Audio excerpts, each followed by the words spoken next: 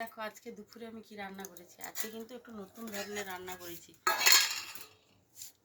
কুমড়ো ফুলের ভাজা। এটা পেঁয়াজবিহীন। আর এটা দেখো শশার ঘন্ট রান্না করেছি। তো শশা সবাই খায়, কিন্তু আজকে আমি শশা, আলু, বেগুন, পেঁপে আর ডাল দিয়ে ডালনা করেছি।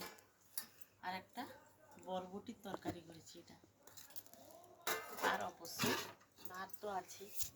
ভাত দেখো আজকে ভাতটা রান্না করেছি, খুব সুন্দর হয়েছে। আজকে খুব সুন্দর হয়েছে ভাতটা। আর একটা জিনিস নতুন আমি যেটা রান্না করেছি সেটা হচ্ছে, এটাও কুমড়ো ফুলের ভাজা। এটা পেঁয়াজ দিয়ে ভেজেছি আমি।